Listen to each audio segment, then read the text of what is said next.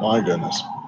Welcome to the Redeye Superversive Sunday live stream. I am your ever eternally bound to this mortal plane host, Ben Wheeler, and I'm going to be, oh my goodness. You know, this is like a second rate sort of thing when I keep forgetting to mute myself. There we go. I'm competent, I'm sure. Anyway, today we're going to be talking about JoJo's Bizarre Adventure. We're going to be talking about anime.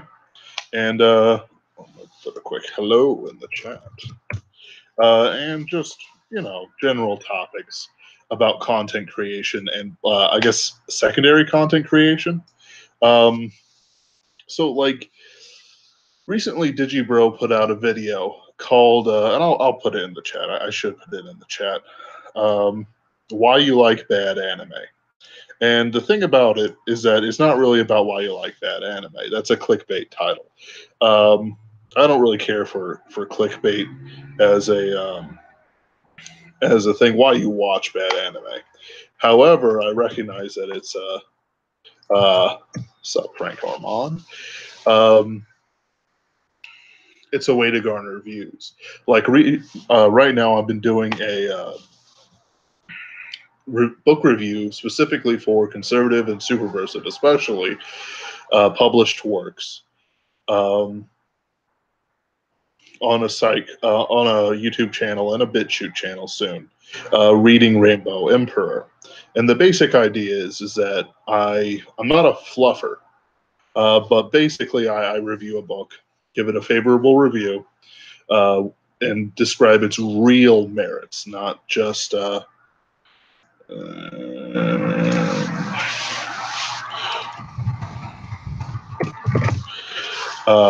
wrangling sheep here, cats. I'm sorry. Where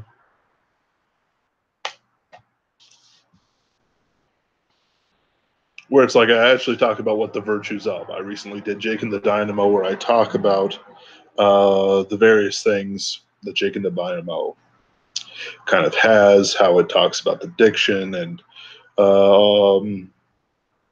plotting, pacing, fight scenes, you know, and it's really good for that book. But then I also talk about how there's some weird instances where the world doesn't quite react to the rules that Diggity Davidson, which is my favorite, play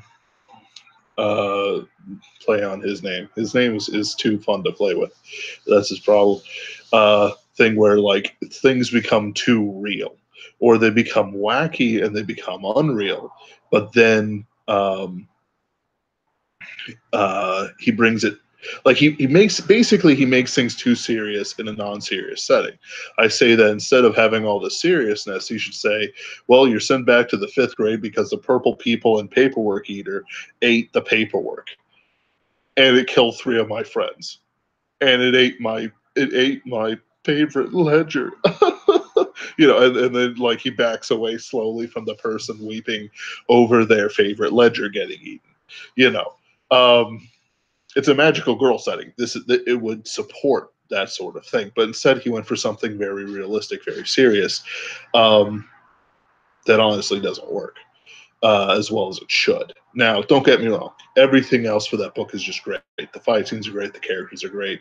It actually did make me laugh, which is incredibly hard for me to do. And of course, it's very inspired by anime tropes. And there's a huge body of welcome, Anthony. You're finally in. There's a huge body of secondary anime not tropes, content that's like Digibro reviews something. Mother's Basement, Giguk, Alexander, which is spelled differently. If you could put that in the chat, Anthony, I'd be grateful. And a whole bunch of other things. And it's very important that those guys are there, because it allows us to examine a property from another source, another angle. Whether it's Jeff's kind of snide and sarcastic soy boy attitude, or if it's Digibro's deep guide into art and his personal flavor. He's very much a subjective reviewer, and he's gone. Or if it's Alexander's kind of very calm, very egoless response to things. You know, it allows us to grow our art without being bogged down by what we are driven by. Like for myself, when I write a book, I make sure that the main character isn't an author insert, that my Anthony's trying to contact me, sorry. No, I wasn't able to hear you, Anthony. My goodness. Isn't an author insert, that no one can figure out what my fetishes are, that sort of thing. Now, don't get me wrong, these things will leak out. There will be times when things too much of me will come into it. Now, while my editors have been absolutely lovely, Mel and Ben Zwicky, great editors. When it comes to grammar and notation, I've yet to really find an editor who can take me to task for my story beats, for the various things that'll happen. Okay. That sort of thing. Like, okay, rewrite this chapter. Okay. Haven't really had that. Now, don't get me wrong. I do that to myself. And I work very hard and I pursue excellence very hard for it. And part of that is I choose to consume a lot of I actually consume more secondary media. Turn off your camera, Anthony. Yeah, Anthony, you are. It's weird. It's creepy. It's too late for this nonsense. I'm just gonna make my screen the share. Anyway, I actually consume more secondary media than I do primary media, and I'm aware of this, and I'm trying to change it. But also, it's part of like how I grow as an author and as a producer of content. Like I need to just get over myself and produce like mass appeal content.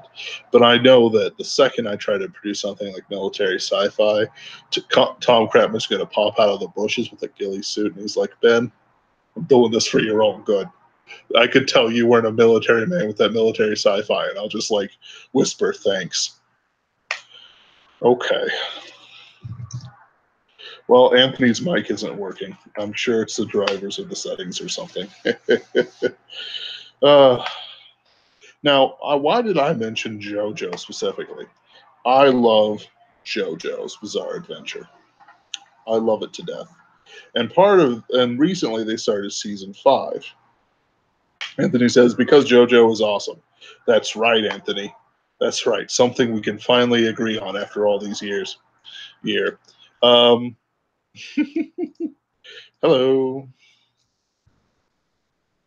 Anyway. It is also, if you take it in its combined everything, Jojo is like the ultimate work of art. Like it's a solid up there with Wagner's plays and Homestuck. And you might be like, but Ben, Homestuck, isn't that thing those too old to be on webcomics millennials go on about? And it's like, yeah, that one. I'm actually bringing up the color scans, by the way, for some dramatic effect. Well, let's see here. Anyway. Hello. I hear something. Testing. Yep, that's you, Anthony. Okay, so I'm working? Yes, I can hear you. Alright, that's the annoying thing. I want to keep headphones in because, it's 11 at night and I share a room with my brother, but then I figured I'm going to be talking anyway, so who cares? Exactly. He's listening to it in the background besides. So he's probably, I think he's typing something. Let's see what he says. Is that Frank? Yeah, that's him. Yeah. All right. Well, by the way, I'll be throwing up random pictures of Jojo. This is like one of the best scenes where Dio is attempting to destroy Jonathan Joestar, who is the foundation of all goodness and hope and luck and pluck of the Joestar bloodline. And he is tormenting him by smooching his kind of sort of girlfriend, Erina, who is absolutely too good for this mortal earth. Anyway. the reason why I consider it a total work, an absolute work, uh, down to the music, the art, the visual moving parts, the voice acting, is because it is excellent at every point in time that matters. Even the crappy OVAs for season 3 has some really good points. The action scenes and English voice acting is actually really good. Um, Even though it has not aged well in the visuals. I think they do some dramatic things very well, and they even had Ice Ice Baby in one part of it. It was like it's when Vanilla Ice shows up for the boss battle. I think It's the really great. JoJo's visuals are unique. I'll give it that. There's nothing at all that looks like JoJo's Bizarre Adventure unless it's by the same guy. Mm-hmm. That's correct. And I think, well, like people say that, like I think people get a lot of things mixed up as to what is inspired by JoJo and what inspires JoJo. Fist of the North Star did season like 1, and then like he did Indiana Jones for season 2, and so on and so forth. Um, but like I've noticed this with some people as JoJo becomes more more popular. That ooh, here's a famous one. People are mixing it up in ways I don't really appreciate, because it's like if something comes up and it's like after like 2000s, it's inspired by JoJo, and almost certainly not the other way around. And for anything like before like 1996, I want to say, just because it's always come on. Yeah, it's just I mean, just yeah, there. I joked with you on the Discord. I said that JoJo 5 stole a scene from Full Metal Alchemist Brotherhood. First off, the scene wasn't very original. I just remember Brotherhood doing a similar one, but it was they pull a gun on someone because they killed their father, and then they tell him, go ahead, do it. And Mm-hmm. Brotherhood used a scene like that to very good effect, and JoJo 5 just did it in their second episode. And I said, oh, it stole from Brotherhood, but that's such a. I don't think either of them stole from the other. It's a pretty stock scene. Could be a good Yeah. scene. It could be a good scene, and it was a good scene in both shows, actually. Brotherhood, especially, it was one of the best scenes, but it's a pretty stock scene. So I don't. There was nothing special about it. I was joking. But yeah, JoJo's a Okay. lot older. Oh yeah, like it's from the 1989, 88 somewhere thing, and it was directly made to be like the dude's like, okay, Fist of the North Star is popular, do it in this style, uh, and just sort of like figure out something. He's like, okay, I want to do horror, I want to do vampires, I want to set it in Victorian England. And then everyone just sort of like went with it, and it became the absolutely popular, amazing um, thing that it is today. Sadly, I think see the current JoJolian is not as good as other portions of the manga have been. And that's the most recent one. Just because his drawings, he's going for a certain style, and it's one of those things where you just don't. It's not working. You know, like the story isn't quite where it needs to be. The drawings aren't what they need to be. Um, it's just one of those things. I Off mean, critique, I'm sure. as far as I go with JoJo, I haven't read the manga. What I have watched is season 1 of the anime, and I'm a few episodes into season 2, and I just skipped ahead to season 5, which isn't all that hard since they're fairly self-contained. All you really That's need as right. background is they have magic powers there, you're caught up. Yeah, Yeah, and and you can it's work like that out on your own, to be honest. yeah, they talk about it. And by the way, I'm putting up dramatic scenes for everything.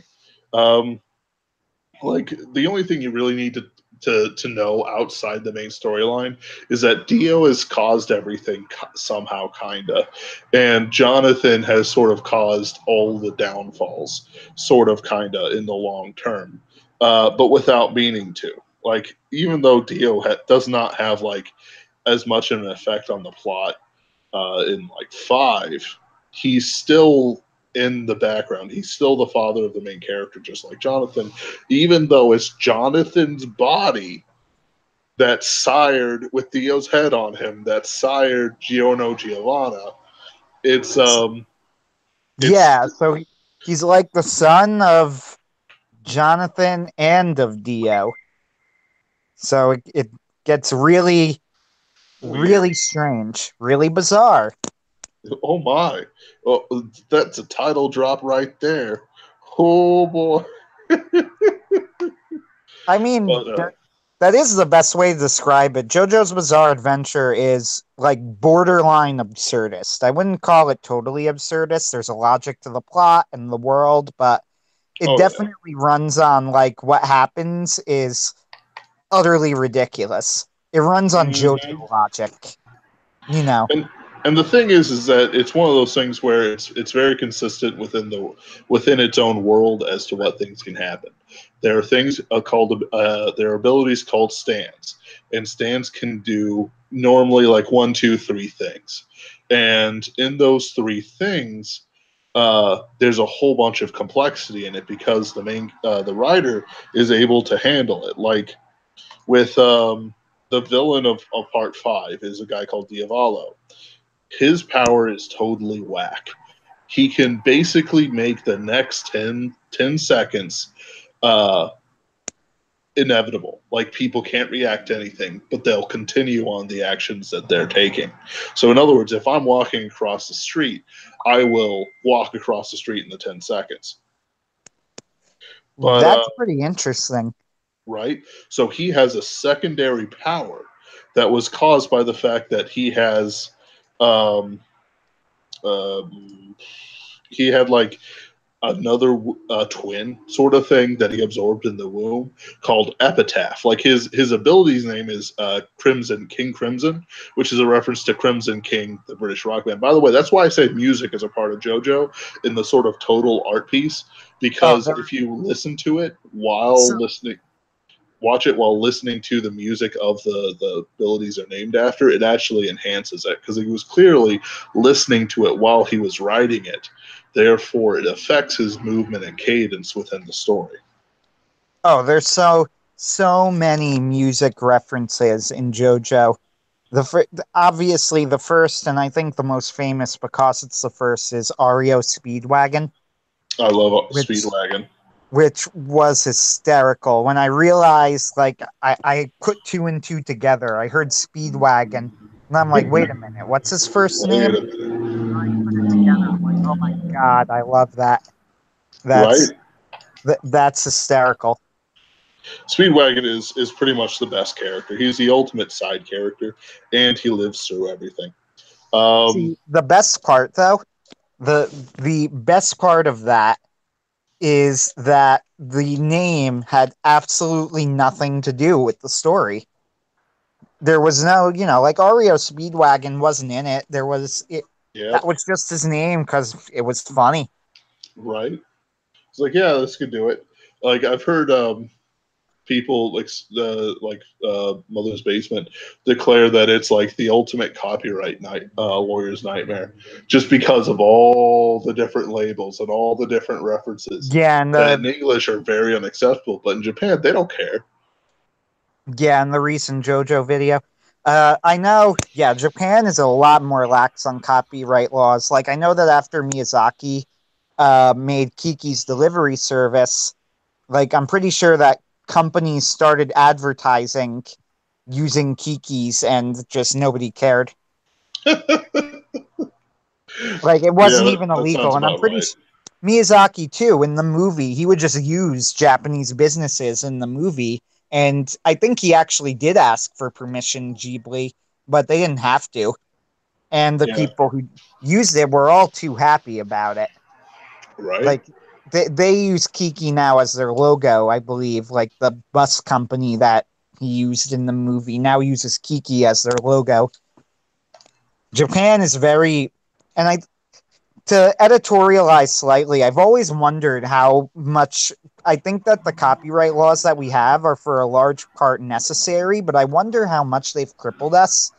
Because, like Shakespeare, for example, almost nothing he wrote was original, was stolen from some other source. And I always wondered reading him, like, would he even be able to make this today? Well, Like, not no, even. you misunderstand. He added the dick jokes, Anthony. Yes. Oh, no, I understand very well. I understand perfectly. Right. And I'm being facetious when it comes to Shakespeare. I actually do think it is quality. And I've seen snippets of Edmund Mallory and a few other people that they say, oh, this is the original thing. And they're just not as good. They don't No, have they're the wit. not. They don't have the charm. Like, sure, we can make a decent argument to say that Shakespeare infringed or whatever you want to say with Edmund Mallory or whoever you want to say. No, But it doesn't I've matter. looked into it. It's not. Oh, I I know. don't buy it. I don't buy it either. But like, this is what people bring up, and especially like college professors who are too smart for their britches, and it doesn't matter because Shakespeare did it better. Well, Like, my favorite theory with Shakespeare is Romeo and Juliet. And then when you look at the history of it, Romeo and Juliet was based on an earlier English story that was based on a French story. The French story was based on an Italian story by a 16th century writer, and that writer swore it was based on fact. So we can say, honestly, that Romeo and Juliet is based on a true story. gross. Then they could be I, like Twilight's a true story. Don't even don't do I that. just love that. I really want to do that one day. Put on a production of Romeo and Juliet, and then put underneath like in a tagline based on a true story, and then have people just ask you about it and go, "No, I'm not kidding. No, Look it up." some Italians, one day they did as the Italians do, and they killed each other over love.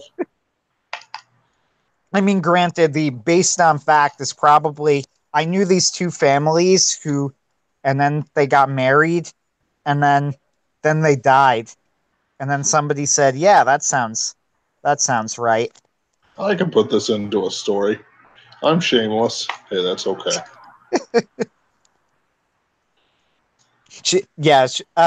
Jojo's Bizarre Adventure. I know it's kind of like One Piece in a sense, in that it's a way bigger part of the culture of Japan and of even the rest of the world, actually Europe as well, than we Yep. really realize in America.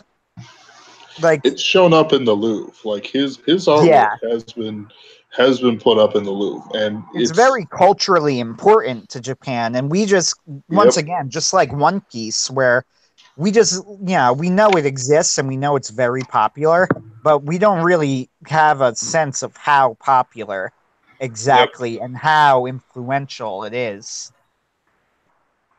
Because, You're like, absolutely right. especially JoJo is a huge part of Japanese culture, and yet you can't even watch the dub unless you buy the Blu-ray. You know, at Yeah. least One Piece, they had the decency fun to get two dubs, actually. They had the 4Kids dub and the Funimation dub. Now, Jaji tells me that the Funimation dub is awful and to avoid it, but The 4Kids dub is awful, kind of. Um, although I think she might not have realized that it was, I don't know if she realized there was a new dub because she said the dub is awful, and then she said something about them condensing 60 episodes to 20, which sounds more like something 4Kids would do. I don't know about the 60 episodes to 20. Um, Something absurd like that. I mean, and what well, I no, don't I know. was watching 4Kids like when it came out. Like, that was a big part of my Saturday morning sort of thing. Oh, and Uh, when I was a kid, the thing was Pokemon, and it was like everybody watched it in school. Like Pokemon was the show, and Dragon hmm Ball was very big too. I never liked it all that much, but Dragon Ball was very big. Yu-Gi-Oh was very big, which I hated, but my brother loved the card game, and we would play the card game. Uh, Gross. You It see, was I fun. have never touched it or the anime, and thus It's I'm confused. convoluted as hell, but it's fun. Yeah, It's I absurdly see who convoluted. plays it. I see who plays it. Um, I was young. I was young at the time. I don't know who plays it sure. now. I don't really care, to be honest, but it wasn't that important to me. But Yu-Gi-Oh, I did not like the show at all. But Dragon Ball Z, I never really liked all that much, although I respect Dragon Ball Yep. for what it is. I have a lot of respect for Dragon Ball, and I can understand why people like it. It's a very unique show, but it wasn't my thing. Pokemon, though, everyone watched it. It Yep. was the show for my age group. Quite frankly, I was never in a public school or anything like that, so I never really had a big group to talk about these things. And I honestly didn't know much about anime beyond the Saturday morning cartoons Oh, I knew until I nothing at reached all. high school. Um, I mean, I consider the Pokemon games still to this day to be great games. Like I frequently replay them and I have a lot of fun doing it. The show does not age well, of course, but then like it ages how you'd expect to age it. It's something that's good for little kids, you know. I don't think there's yeah. anything wrong with a kid liking it. And it was very effective at what it did, which was to be the world's longest commercial. Season 7 of Commercial 3. But to me, it like we're getting away from JoJo, which is unacceptable. Um, JoJo. But when looking at JoJo, compared to a lot of other animations like Pokemon and stuff like that, I notice there's often um, the dub was okay. It was just okay. Back in the day, all the dubs were bad. Just saying. Yeah, Like don't that's my criticize really a dub too much. my Like big controversial thought that no, you know, everybody hates me for this, but I will say it till the day I die. I will contend nowadays that 90% of dubs, especially the Funimation dubs, if you did not know that they were originally in another language, you would have no idea. yeah, you're And it's absolutely my right. I may people have just are. lost a viewer over that. Oh I no. think that the sub snobs, I actually laugh at it because I'm like, you can't freaking tell. Don't, you know, Right. like a But show like My there's Hero Academia, I actually get more out of it in a dub than in a sub. Like, yeah. But the I thing had to is rewatch the preliminary licensing exam arc and enjoyed it more when I saw it dubbed. I'm like, everybody says it makes such a huge difference, but it freaking doesn't. Who are we kidding? right. Nowadays, at one time it did. It's Let's just not, elitism. yeah, But let's not, let's be careful here because at one time it absolutely did.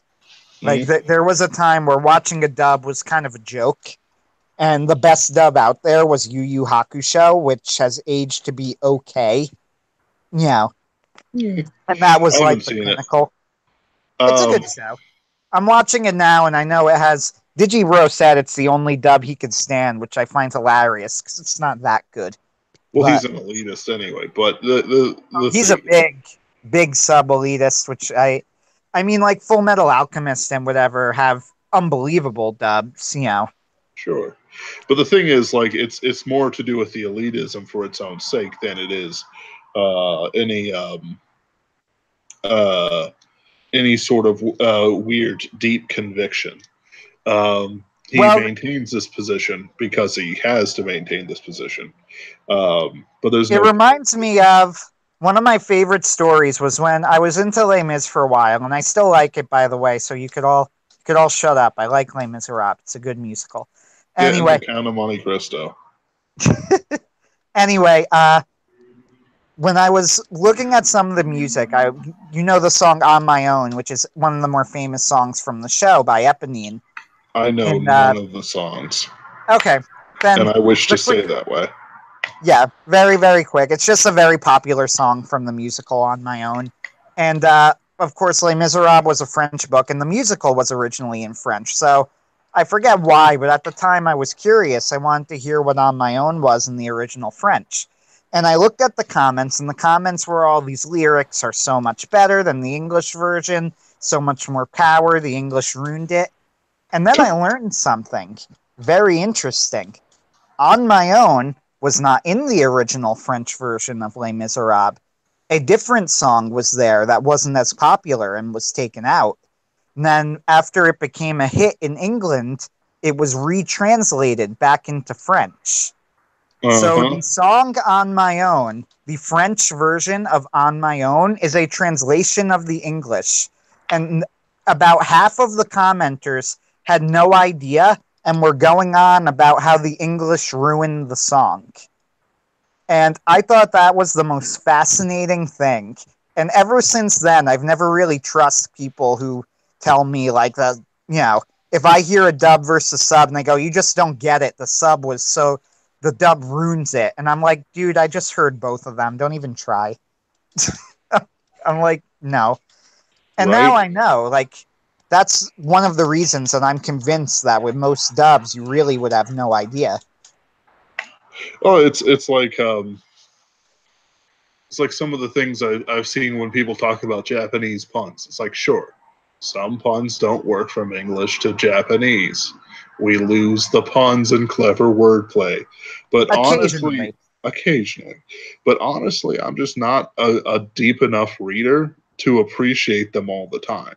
Like, Bakemonogatari is an excellent series that has I a haven't lot of, seen that one. yeah, it has a lot of conversations. Um, and it has some great action scenes. They really tear up the scenery. They chew up the scenery, like they'll have a fight while having a conversation. And it is a translator's nightmare. Just because it depends on a lot of Japanese puns or sleight of hands or any number of things that we as even as English people, English masters, would have a hard time keeping up. And that just makes it a very dense, uh, more complete work. I enjoy it very much, even though I don't get some of the puns. And I'm not going to read translator notes. Like, why in the world should I? It's good even without the knowledge of the puns. Um, and I'm simplifying it for it. But Well, I watched. There was, I forget it was Digibro again, and Digibro. I've noticed, like I mentioned to you earlier, he could be really, really right about stuff that nobody else catches. Like I mm-hmm, thought his video on that you showed me on Makoto Shinkai was dead on, and I don't think anybody else really captured it properly. But I also think he could be really, really wrong in ways that are kind of baffling, that nobody mm-hmm, else is wrong.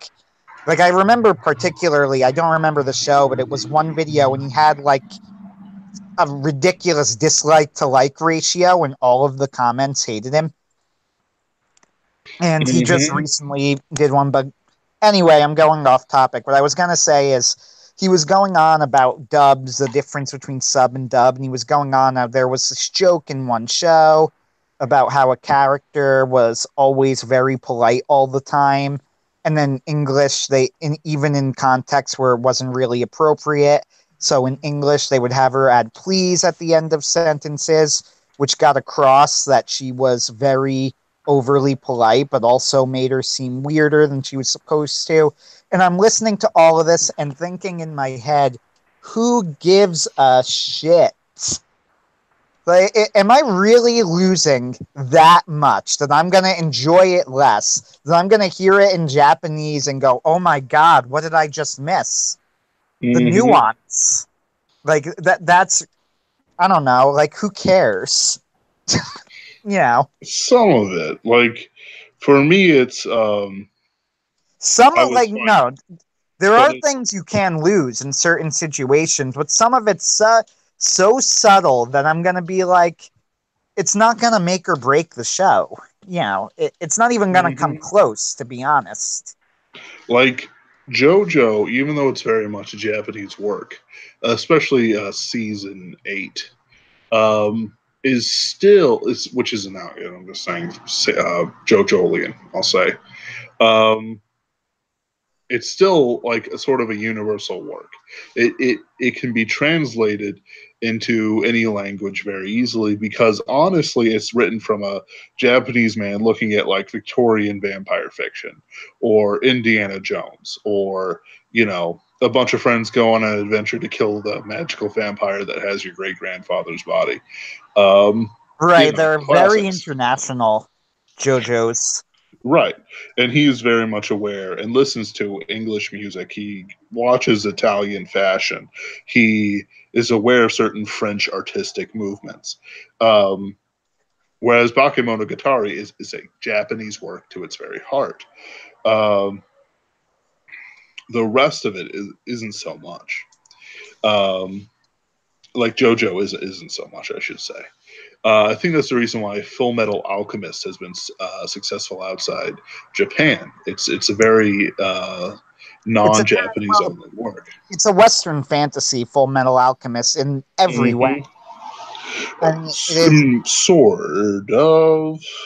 It's 100% a Western fantasy. There's no question. I mean, Full Not in Metal. its view of religion and God. Yeah, I'd say that it brings a jab. You know what? I would agree with that, but that's part of what makes it interesting. I will say that when I first watched it, I really didn't like the episode where they took on the priest. And then I rewatched it later and I figured out what she was trying to do. That it wasn't so much making a statement like I thought it was, but she was setting up the coming conflict for the series and especially contrasting it with the Shao Tucker arc. That I grew to appreciate that episode a lot more because I realized it was smarter than I was giving it credit for.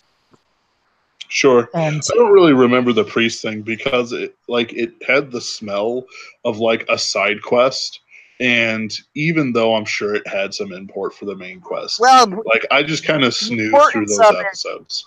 Yeah, it definitely was a little out of step with, and I mean out of step plot-wise with the rest of the story, but thematically it did have some importance. The big importance of the priest episode was setting up the conflict of unthinking religion, and what I thought when I first watched it was that she was making some really dumb point about how religious people are sheep, which you admittedly see all the time. But in retrospect, she follows it up with the Shao Tucker arc, which is about almost the opposite, how an unthinking and slavish devotion to science will also lead you to disaster. So actually, it was to his reputation. Yeah. So I think that I should, to give Arakawa more credit than I gave her originally, thinking back on it, the point she was really trying to make was that any sort of unthinking philosophy that you don't question and aren't critical of is always going to be dangerous. Yeah. And that's why, too, Ed is a lot more affected by the Shao Tucker arc than the Father Cornello arc because he's not tempted at all with falling into any sort of religious trap. However, thinking of science as the answer to all of his problems is something that Ed basically devotes his life to. So seeing somebody like Shao Tucker turn into a monster is terrifying, especially for somebody like Ed, because he could be Shao Tucker if he loses his moral core. He could never be Father Cornello, but he could be Shao Tucker. Yep, that's a true statement. And once again, I'm going past because I love Full Metal Alchemist so much, so I don't want to completely take over. But yeah, I would cop to the idea that her religious outlook is probably the main difference in terms of Western versus Eastern fantasy. You see, I don't really care much for most people's views on religion. I tolerate Catholicism and science fiction because I do believe I agree with the statement that it could survive the sort of rigor necessary, especially for early colonization, better than Protestantism or Orthodoxy, honestly, given that Orthodoxy tends to want to seclude itself. And Protestantism is a bit solitary, I guess we'll say. Not I that think you at would any point. see, if I had to make a prediction that will literally never come true, so I don't know, maybe an extrapolation. If there were interstellar travel, probably you would see Catholicism would try and establish a foothold, and it would survive to establish a foothold.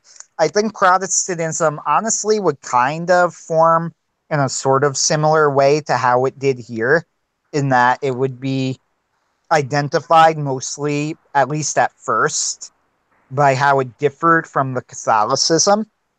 Mm-hmm. I mean, I want to be careful how I say that because I don't mean to say that I think it's obviously wrong, and this is coming from a Catholic and very limiting to say that Protestantism only exists because it's not Catholicism. I don't think that's true, but I Well, think that no, if you guys yeah, kind of controlled the definitions for that. I'm beginning to I hear mean, I don't. anti-Catholicism is becoming However, I do think. anti-Semitism. Yeah. No, like so. Let me explain though. Go ahead. Protestantism is a direct response to Catholicism. However, even though I have very specific reasons why I will not become a Catholic, and there's two of them that are kind of big, and that's how you guys treat the Pope, which I find completely unacceptable for a free-thinking, individualistic person, and how you guys treat the Virgin Mary with her Immaculate Conception. It is literally those two doctrines. Um, I view the Pope's problems is due to the what I perceive as the lack of passing on the torch between certain incredibly evil popes or corrupt popes that you've had for very extended periods of time, from the Borgias and before and after. And then for the Immaculate Conception of Mary, I consider that incredibly insulting to the sacrifice of Christ, as well as denial that Mary was a person in and of herself, because she never had the free will to sin, except this is by no doctrine of the Bible, but rather by Pope fiat. I'm Well, not look, shaming anyone for being Catholic, Frank. I'm not interested. Yeah, like I that's gonna sound meaner than I intended when I say I'm not interested in getting into a debate. What I mean is, I think that that's a very different sort of discussion for another time. I You're will right. agree with you with this, that I think that probably, I personally think, and I've noted this in discussions with people, that all of the theological issues, with the possible exception of the Immaculate Conception, actually, which I'll grant you tends to be something that trips a lot of people up, but a lot of the theological issues, I think personally, end up being secondary to the differing views on authority between Catholics, Protestants, and Orthodox, for that matter, Mm-hmm. or Orthodox as well. That I think that in one very real sense, you could say that that the one thing that really differentiates them, that we could possibly have a reconciliation one day, a healing of the schism, except for the fact that we just don't look at authority in the same way at all. Like you mentioned yourself, you said like it was unacceptable for free thinking individuals, and that statement in itself is a very Protestant sort of thing to say, right? You're right, but it's also Which, because I innately value how I interact and see the world. At no point in time is, well, my pastor said it, an acceptable way to live your life. Um, it's one of those things. Our pastors do not have any authority except over the church. I have a very good pastor. One time, this woman sent him sexy messages and attempted to sow discord and um, basically seduce him. And his response wasn't "stop it" or "sure." It was, "I'm dragging you before the church to publicly shame you and punish you according to the rules that we have." And that's an ah, appropriate way to I do it, love that. right? Can I But just say that that's fantastic? it's absolutely excellent. Um, but the thing is, he she had to accept the rules that had been put down to remain inside the church community and give him that power. At no point in time is there a Protestant Inquisition, though it's the best kept secret in Protestantism. Uh, there's no holy offices or anything like that. If you literally say nuts to the Southern Baptist Convention, you can still call yourself a Southern Baptist. You just can't say you're a part of their convention anymore. Like it's a very individualistic thing. Now, where I see Protestantism rearing back up in an intergalactic sort of sense is when there's a breakdown between what the Catholic Church says and what true Christians are willing to believe. Now, you can be a true Christian and a Catholic. I'm not denying that.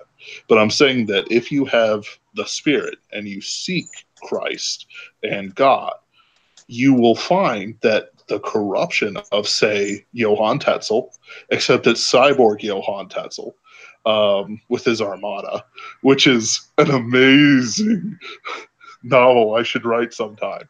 Where he goes, every time a coin in the bowl rings, a soul from purgatory springs. It rhymes. And that's like the Anglicization of what he says. But it's like, that's unacceptable. That is utterly unacceptable. That is like, dude, I would agree with that. That's kind of what I was trying to get at, that's where you would see Protestantism form. Right. And when Catholics say, well, such and such, the cardinal something, like, said it was unacceptable. Who? Like that's my response to it. This guy didn't become famous outside of Catholic circles. He wasn't Martin Luther who said, fix it, or I'm going to do everything in my power to make sure that Christians don't go to hell because of this jerk. And he died like the next year or within a year of the 95 thesis, Johann Tetzel. But it's like, it took 50 years for there to be a counter-reformation. How long would it take? And that's in like Europe, in Germany, right next to Italy. How long would it take for an intergalactic counter-reformation movement? Let's say that cyborg Johann Tetzel marches in and he says, you are forced to give so much to the Catholic Church. Otherwise, you're damned to hell. All good Christian men have a responsibility to take whatever is in their hand and crush the guy's head. Like, it's one of those things where you have heresy, which is like Armenian coming in. I do not believe in and he says, this is what he's saying. I'm not saying this myself. I do not believe that Jesus Christ, what was this again? Of course, it's I can't remember whatever Arminianism was. He denied some portion of Christ. I can't remember whether he denied that he was God's son or said he was a created being or what. It's a bit late for me, and I spent 5 hours at a Renaissance fair. But basically, St. Nicholas had the right idea when he smacked him across the face for being a persistent heretic. I have that meme. I'm going to put it up there. Okay, I was thinking Arminian. Yeah, Arianism. Arianism was, I believe that Christ was a created being.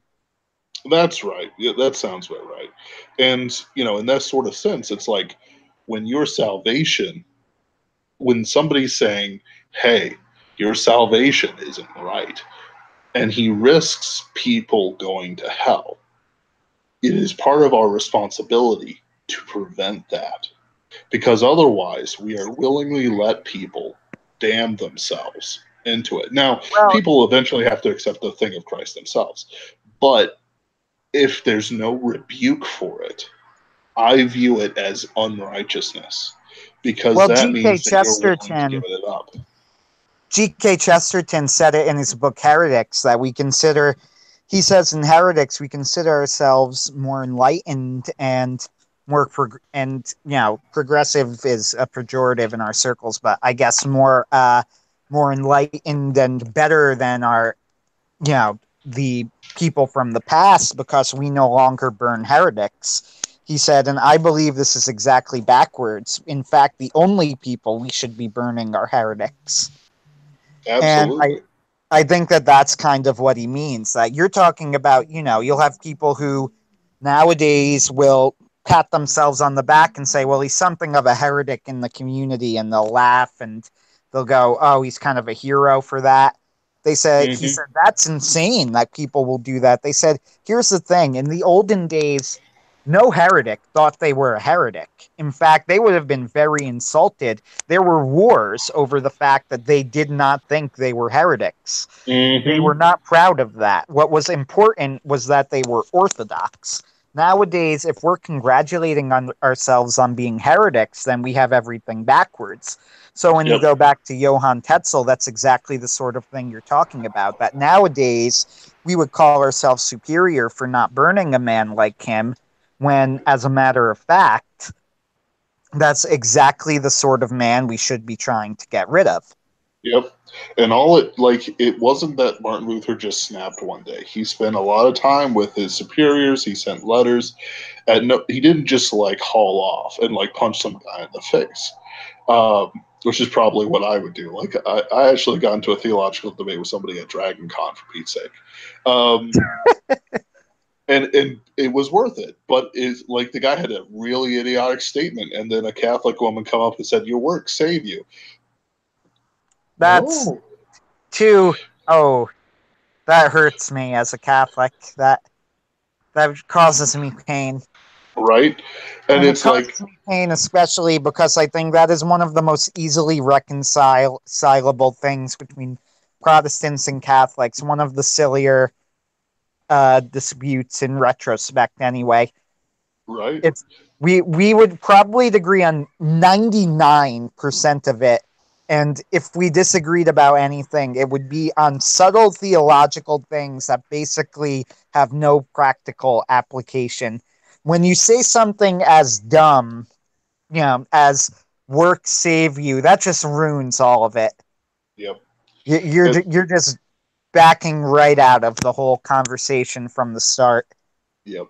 Because it's like, I dig it. People like to say that sola fides is a pretty simplistic way to do it. But the thing is, like, that's just kind of like the theological shorthand for saying you believe in Christ.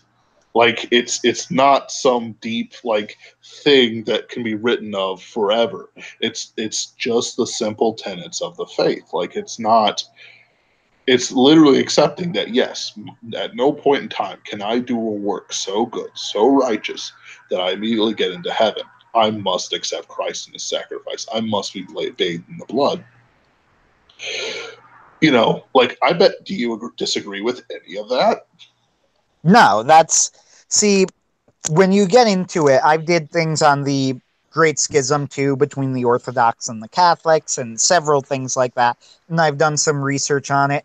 You'll get into eventually, when you really dig down, you'll find the subtle differences at one point. But they're on stuff that's so subtle that when most people think they disagree on the subject, they almost certainly don't, Right, unless it's something as dumb as works save you. right. And I Because know James I've does heard use the phrase faith and works, but never is works used on its own. Anybody who would say that just it's bizarre. it's one of those things where it's also very misinterpreted, because it's also about the fact that if people can't tell you're a Christian, you probably aren't a Christian. As strange as it is to say, like, I've had this debate with people. I say, they say, well, I'm a Christian, I pray. Well, I had no conception of it until you just mentioned it right here. So I have every reason to doubt you. Like, I've been in the trenches. I've seen some real garbage. I've seen healings and deaths and everything else like that. Some people haven't, and that's fine. You don't need to see miracles to have faith. But I need to see somebody going to church or being generous or having a certain attitude of life, of having this weird resonance I have with other Christians, for me to believe you're a Christian. And it's not just a feeling, it's this weird thing. Like, I pretty much immediately recognized that Anthony and Josh Young and Jason Rennie were Christians, you know, just by a casual conversation with them. There's a You know, certain philosophy, a certain attitude. The thing is that, and I think it goes to Revelation when he says it's better if you're either hot or cold. It's the ones who are lukewarm that are the real issue. yep, Uh, it goes back to my sister has said to me before, like, you would make a good obnoxious atheist. And she's kind of right. She's not really wrong. She is. Like, oh man, if I I would hadn't make seen the things that I've seen, like I literally have the backstory of almost every atheist you've ever seen. Well, the thing is that I've read it somewhere and they're absolutely right. And, again, this is a generalization as if, because if you don't say that, people go nuts and get offended. But I All hope you're three of not our all, viewers will be offended, yeah. and I'm pretty sure one of them's me. But And one of them's my brother who's sitting right next to me. But anyway. Okay, so the one dude, I'm sorry if I offend you, but go on. Anyway, the people who will go like, this is a generalization, yes, but, atheism, atheism is something that it's a philosophy that stops in high school.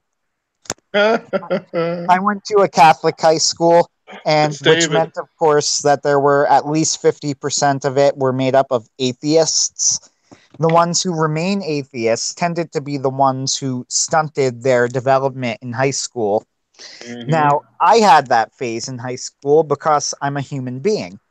When I was in high school, I had a thing where I was questioning, I think it was abortion in cases of rape, because I heard it and I'm like, maybe I don't know, in rape. And then gay marriage didn't make a lot of sense to me because in the logic I was using, I don't really see, it's not hurting. This was me at the time. Check out It's the not image I put hurting. up. And Mm-hmm. yeah, it's not hurting anybody else. Right. So Right. I don't really see what the issue is and all of that. Well, the thing, like, That was me like, again. This was me at the time. sure. And my Yeah. phase for that sort of thing was I became debauched for a while, and then I was like, okay, all right, I've got it out of my system. I'm done, sort of thing. And I never actually because of what I've seen over the years, I don't actually ever doubt the existence of God. I'd be an absolute idiot to. Like there would be no logical ground for me to stand on in any sort of capacity. If The new atheist had some influence on young high school me, and then I found Dr. Edward Fesser, and Dr. Fesser just like embarrassed them. That just absolutely. And then I read him, and then I got rid of any delusions of that, and it was actually, in retrospect now, they're just kind of funny. so Although here's what your brother said: rape, should the child pay for the father's sins? That's what the guys at the high school said. So in other words, if you abort your child, you're basically making the child pay for the sins of the father. I was Therefore, abortion in the case of rape is unacceptable for a Christian. pretty much what happened with me was that I was kind of iffy on abortion, and then a speaker came in, and for all of the laughs and all of the groaning that people get with speakers at Catholic high schools, I gotta give this person credit because she changed me, at least from being lukewarm on abortion, shattered a lot of the myths of it, Mm-hmm. and I have nothing bad to say about that. Now, gay marriage was a whole different issue, and it goes back again, like to Dr. Fesser in a big way, and figuring out that there was a whole new philosophy to look at things from. Having a theology teacher who was extremely smart and very into the logical side of faith and willing to answer questions. But I Mm-hmm. went through that whole thing, but what was different with me is that when I asked the questions, I didn't assume there was no answer. I didn't hear when I said to myself, I don't really get the gay marriage thing. And then I heard, everybody who was defending it was using like Westboro Baptist Church definitions and embarrassing them and whatever. By the way, if I never hear about them again, it'll be too soon. They're an inbred bunch of heretics. Well, that's A dead horse cannot be beaten more. They're insane. They're insane idiots who are basically harmless. And that's my real problem with them. That people, they're the most hated family in America, and I'm like, they're the most hated because you keep focusing on them. Just ignore them. They do nothing. The thing is, it's about the news cycle, and that's a whole topic about the news media being the real enemies of America. moving on from that, just to editorialize for a moment there. But anyway. Oh, that's fine. So, so we're talking about our views on religion and how we've dissected, because I've allowed this conversation to go on, how we dissected our own religion in different ways. Me through my sort of extreme knowledge as a child and the miracles and other things. I don't know what you call a miracle that kills somebody, but you know. It's in the Bible. Yeah, it's in the Bible. Ananias and Sapphira. It is genuinely in the Bible. Yep. So In the there New are Testament. religions that kill people. There are miracles that killed people. Yep. And so I don't know if there's a specific name for it, but and the teaching I've had, and from like younger than I call myself sometimes a prince of the Baptists, or I was raised by Baptist schools or something like that, and it's because I was raised in this stuff from a child, and so I know all the answers, and I can give an account for myself. To just about anything, provided I have an idea of what the subject is. For example, I've been considering, and I'll get to you in a second. I have something to say about it. I'm a filibuster. Oh yeah, no, you're fine. Go ahead. I've got an idea in my head that sometime I should get Dean Esme, Max Dean Esme, John C. Wright, and Davis Arini, because they're kind of becoming Catholic bros. And just basically say, okay, I'm going to get you three together like some sort of Catholic Cerberus, and I'm going to ask you these questions. Here are the questions in advance. I'm not going to give you my counter arguments to your points, and you are going to justify these things that Protestants have. Some Protestants have a problem with the Eucharist. I don't. I have a problem with Catholics taking the Eucharist as it is, and then being like, well, Genesis is a metaphor. If the Eucharist is, hold on, if the Eucharist is literal, then why is Genesis a metaphor? Because the language that he uses. Whatever, just go. Yeah. But and we'll. By the way, anytime you want to just take me to the net, you can set up a live stream and I'll show up. No, you know what though? These. But the point is that there's a whole bunch of like side questions that I have for Catholics and others that to me make no logical sense outside of within the vacuum. The language used in Genesis is very literal, but the language used in what they consider the background for the Eucharist is to me very metaphorical, and I need sort of that linguistic deep dive to understand why they do it. Now, for you, it's you seem to have been grown up in the Catholic thing. You came to a point where you questioned sort of certain subjects that if you had fallen to the wayside in the wrong way, you could have fallen out of the faith. Not that I wish that you would become unsaved. I'm not saying that. But here's the difference, I think, when it came to me. When I heard I was in that environment with kids who were basically fake atheists or atheists and whatever. But when I was in that environment, going to be an atheist. Yeah. And then I started questioning, and then I, wanted to know answers and things. Unlike a lot of my peers, and it's going to sound like I'm bragging, and sure, whatever, yeah, I am, but I think this is accurate. Mm-hmm. I didn't accept the first answer. Like, if somebody's telling me, they're saying, but the old, natural law, but people used to think that slaves were real or whatever, and this was something everybody else thought was like this trump card, or why are you listening to the Old Testament? Don't you wear, I don't know, like, I'm trying to think of a rule of don't you eat shellfish or whatever? Haha, right. But you've listened to the gay thing. And right. I heard this, and it did make me think about it, but I was also like, it can't possibly be that stupid. There's no way. There's got to be a better answer than that. Then for me, they're not that dumb. They're just not. Like, I know these people. None of them are going to be like, but it just says it in Genesis. Just read Leviticus. For all of the, read Leviticus. It says it's anti-gay. I've never actually heard any Christians say that, who was anti-gay marriage. You know, my whole family is. My family, my aunt, who's a Protestant, is anti-gay marriage as well. I'm sure And she's the shame of the family.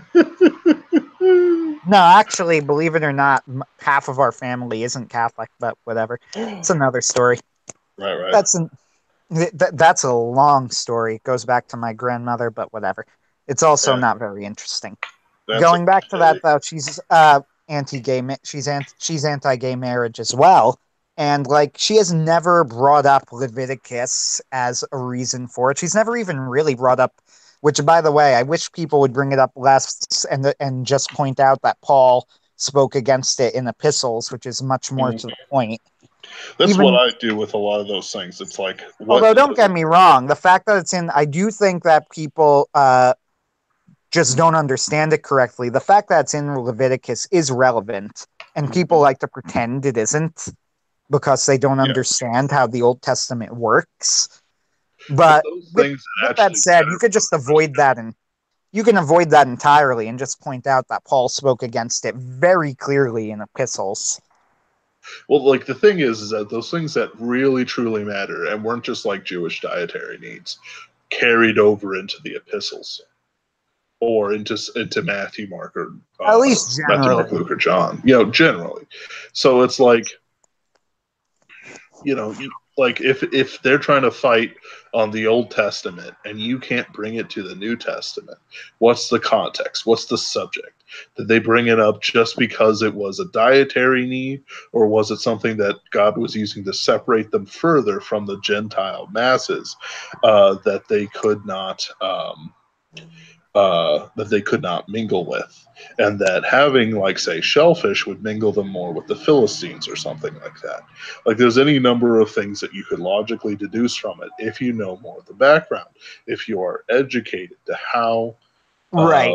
the Bible actually works, because God sets down rules and logic, and then once part two comes out, the rules and logic are flowered open to show what they really mean to those of the age and to us who are so far removed from the New Testament as uh, the Jews were to Jesus of that age. Um, you know, it must have been a shock for a lot of them, which explains why they were so vicious against Christianity. Um, Besides the work of the devil, but that's, you know. Yeah, then Anyway, so we get into the we've broader context there, but yeah. So we're talking about how we view the sort of the Christian religion, something that we are dedicated to wholeheartedly. If somebody says convert or die to me, I just laugh and laugh and laugh and then die a martyr. You know, it's one of those things. It's like, oh, please, you know, I get a crown in heaven, and it's like, dude, you're enjoying this too much. Have some dignity. well, I like to And be. I'm pretty pragmatic about that. When people ask me questions like that, would you die for the faith? Would you do this or that? And yes, my answer, I always say, I hope I would. You right, know, would I? I don't know, but I hope I would. You know, would I yeah, die for the faith? Would I die for my family, my friends, or whatever? And I think the proper answer there is because people are just looking to jump on you as a hypocrite when you yeah, say yes and then you chicken out, which is why my answer is always, I mean, I'm not going to account for my own weakness in the moment, but I should. I know what I right, should do. I know what I would do if I were really a good Christian, but that doesn't necessarily mean that's what's going to happen in a very stressful, very difficult moment. You know, saints are saints for a reason. With hmm, that said, I know the answer. You know, yeah.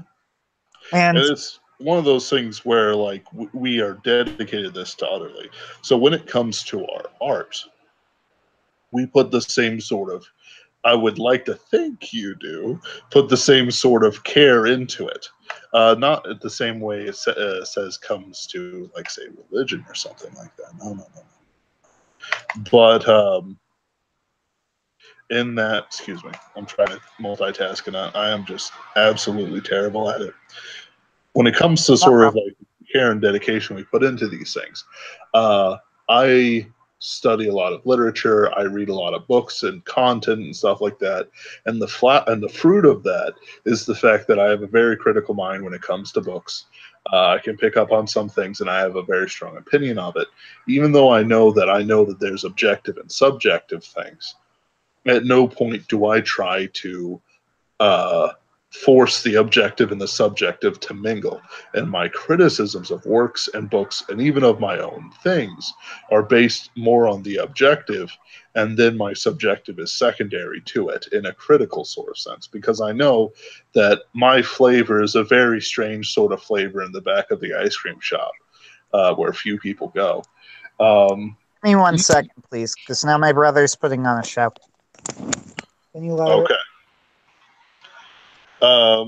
Thank you. Back of the ice cream show, according to my Just sales. ask him to lower it a bit. Yep. Go ahead. But it's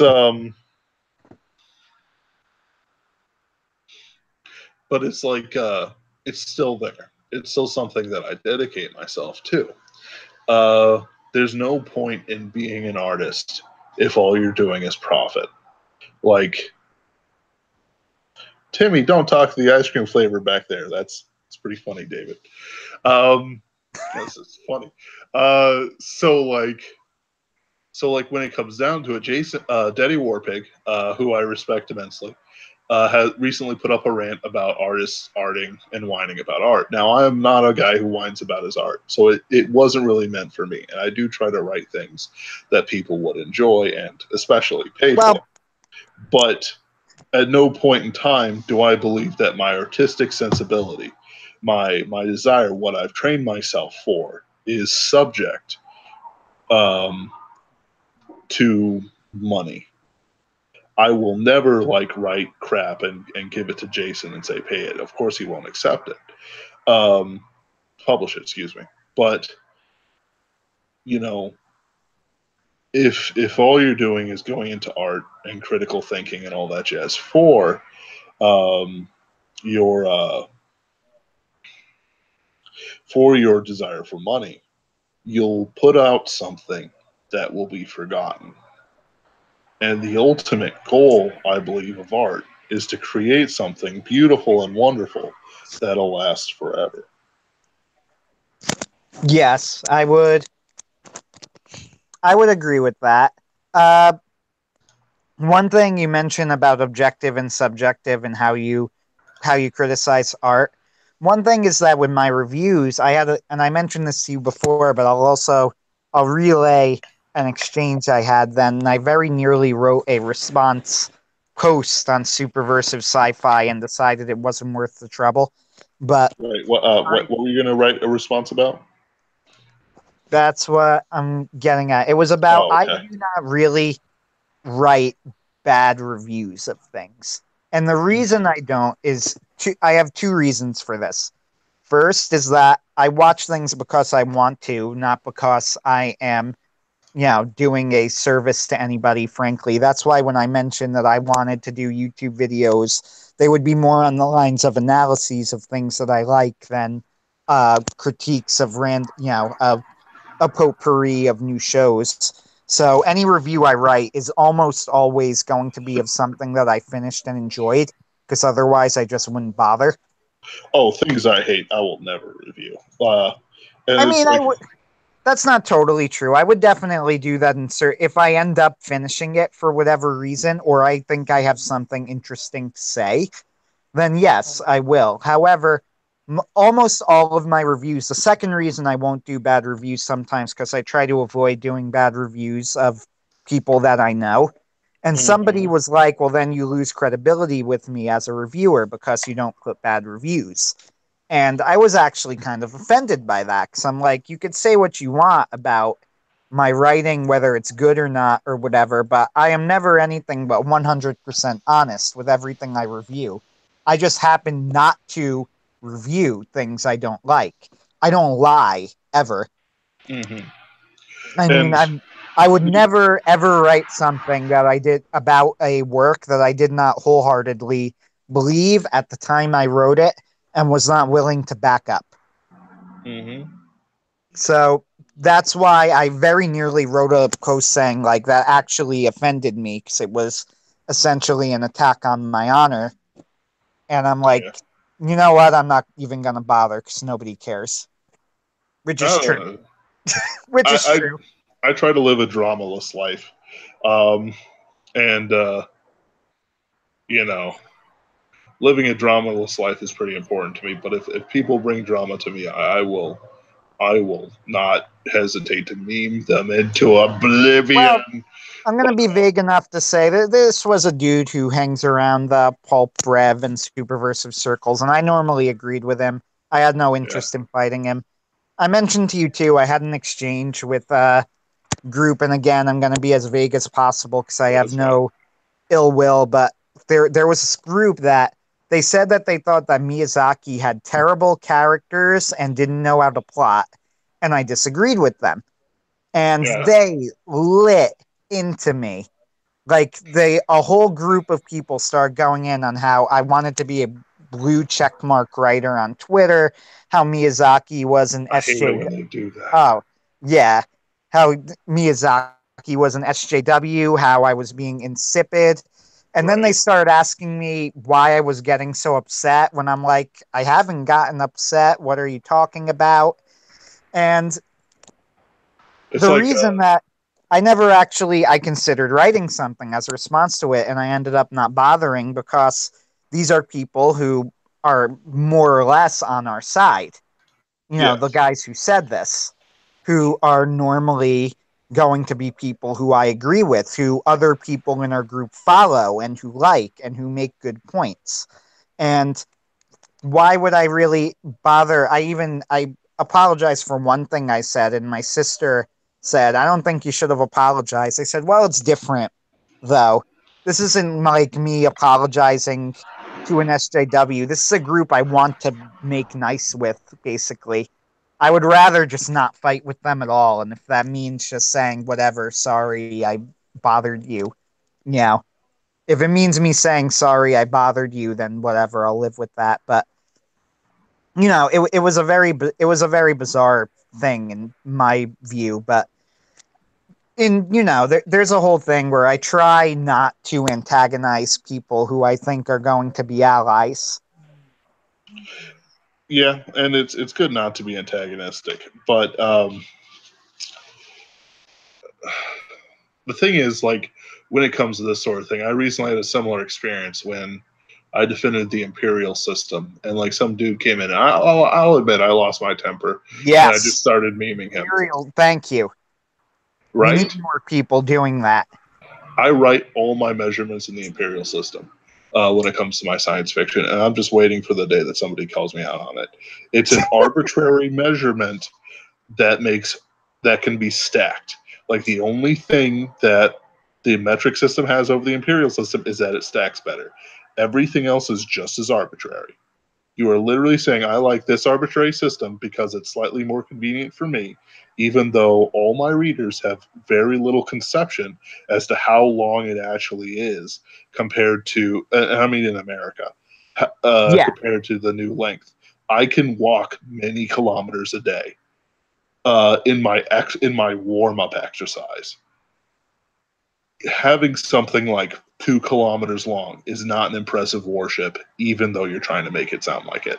Having something a mile, 2 miles, even half a mile long is more impressive than a kilometer. Just saying. yes, You are right. Metric stacks better, but like eventually they got to the point where they're like, "Ha, that's a pretty gammony segment, you gamma thing to say," and it's like, yeah. That's kind of where it went with me, where I was like, "What?" okay, I'll admit I've got gamma tendencies. But the problem is, I work hard to get rid of them. I don't let them affect me. If they affect me in a moment of weakness or something like that, my general response is to just not follow it up. I don't try to fix it. I just say, well, I lost this one, which is what gammas don't say, and I believe it, and I walk away. And that's what you kind of have to do. Like, I've realized that most people do not consider their own actions in the same way that I do, which is a good thing because it caused me a lot of distress as a child and in high school. I did not understand why people took the actions that they took because it was either illogical, it was emotional, or it was just plain hurtful to them. As an adult, I now understand that the things I was going through gave me an internal perspective and a freedom from certain things. Not that I was like free from my emotions or anything like that. I did some pretty big damage to myself trying to become like, I'm going to say Vulcan, but I had no conception of Vulcans back then. That probably helped you. Yeah, no. All it did was like I became incredibly good at bottling up emotions. Like you could punch me in the face, and if I'm not angry at you, I'll just be surprised, and then I'll just be like, "So do I punch you back? Like what is this?" But it's like when dealing with these people online, and the groupthink is on. It's just an impenetrable mass, and you just kind of have to walk away.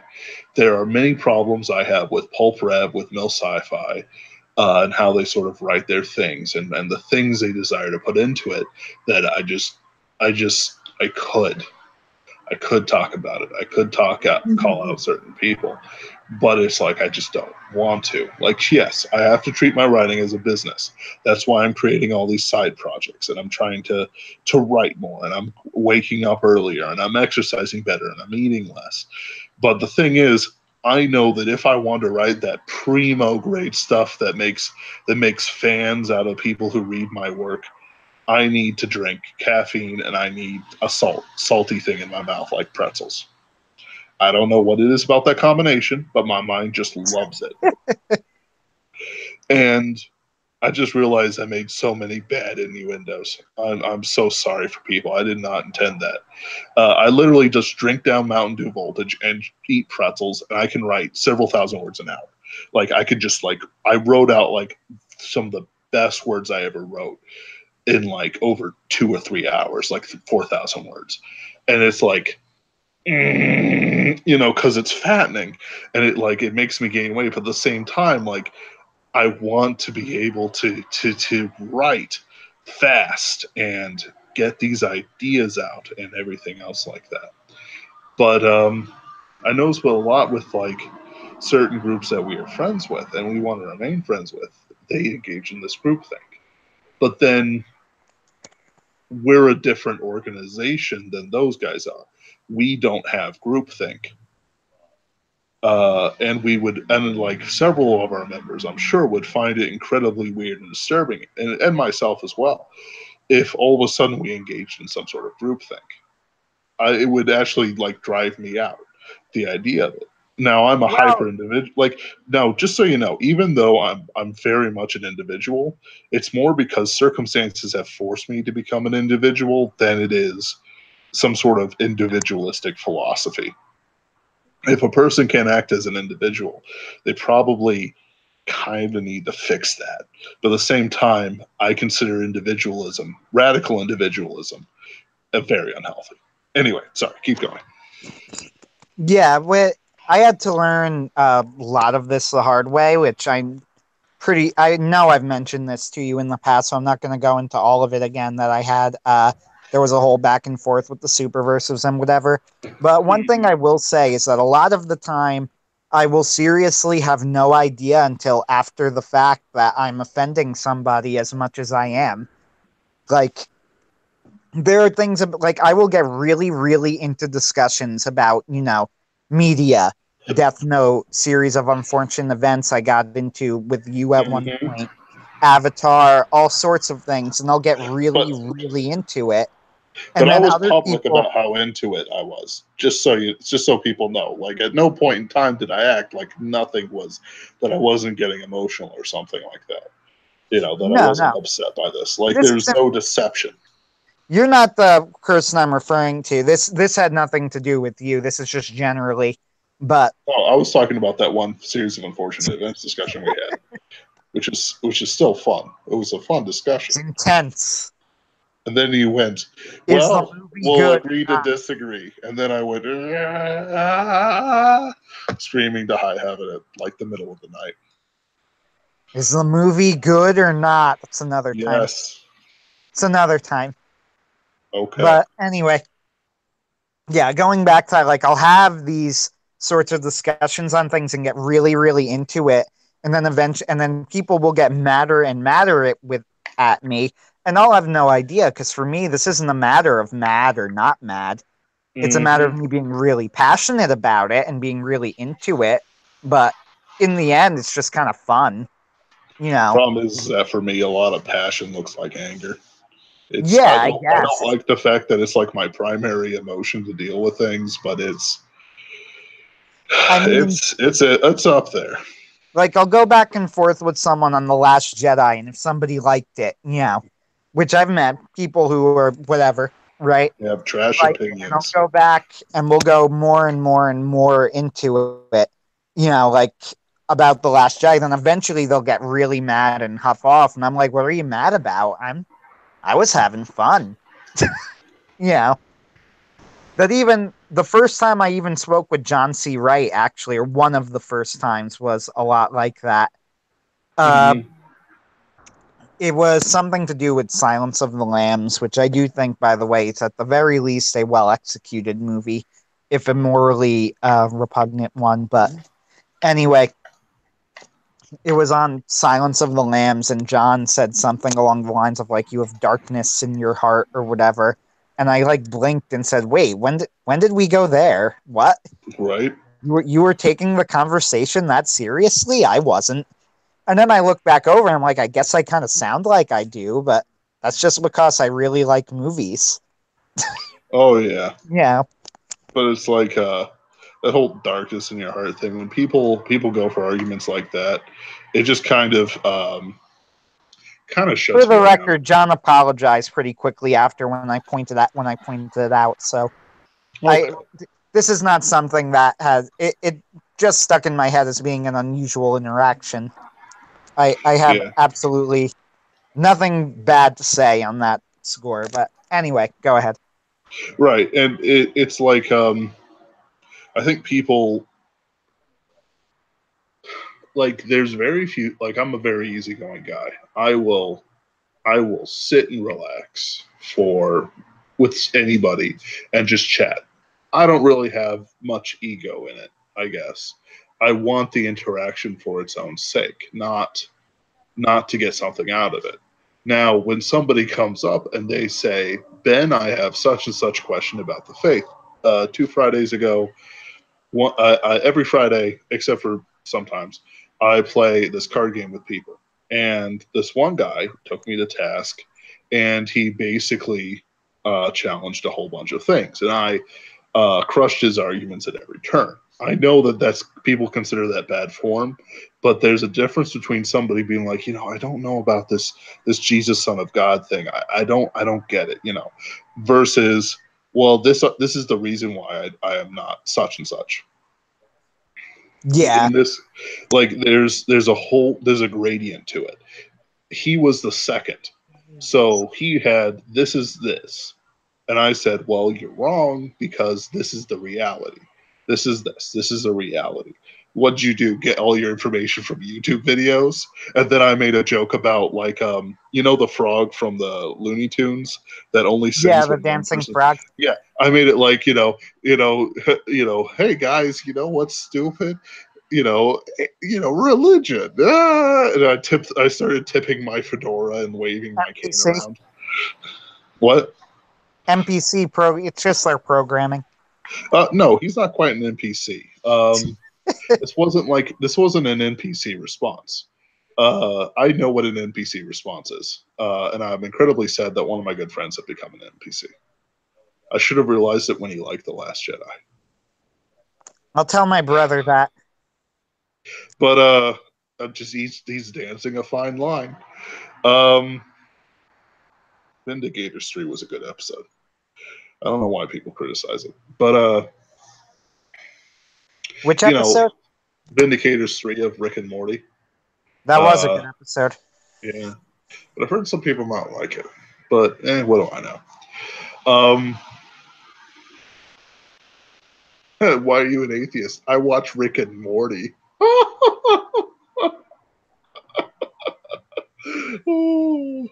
That one is dumb. That's honestly, that's about as I dumb. haven't actually seen that, but it's one of those things where I could believe somebody would be like, yeah, I I like did talk to a atheists. dude who stopped believing in God because the Yankees lost the 2001 World Series.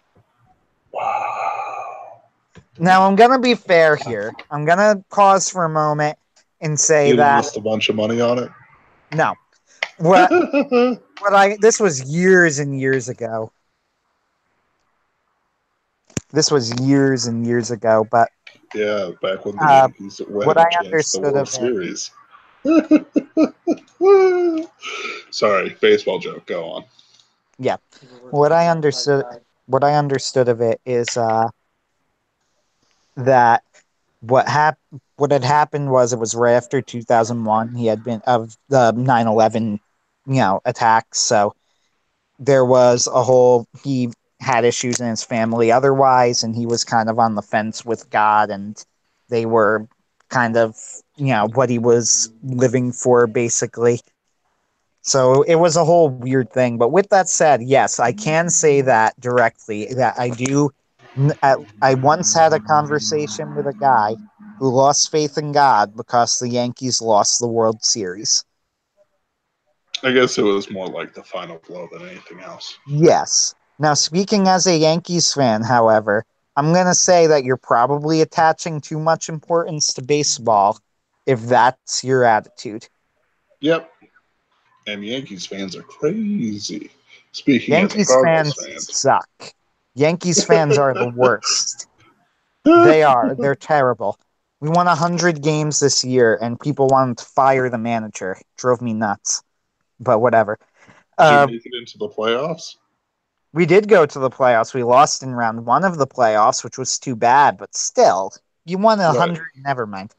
Uh, Yeah. Like as long I consider as long as a coach gets you to the playoffs, like that's like the bare minimum. Like that's what needs to be done.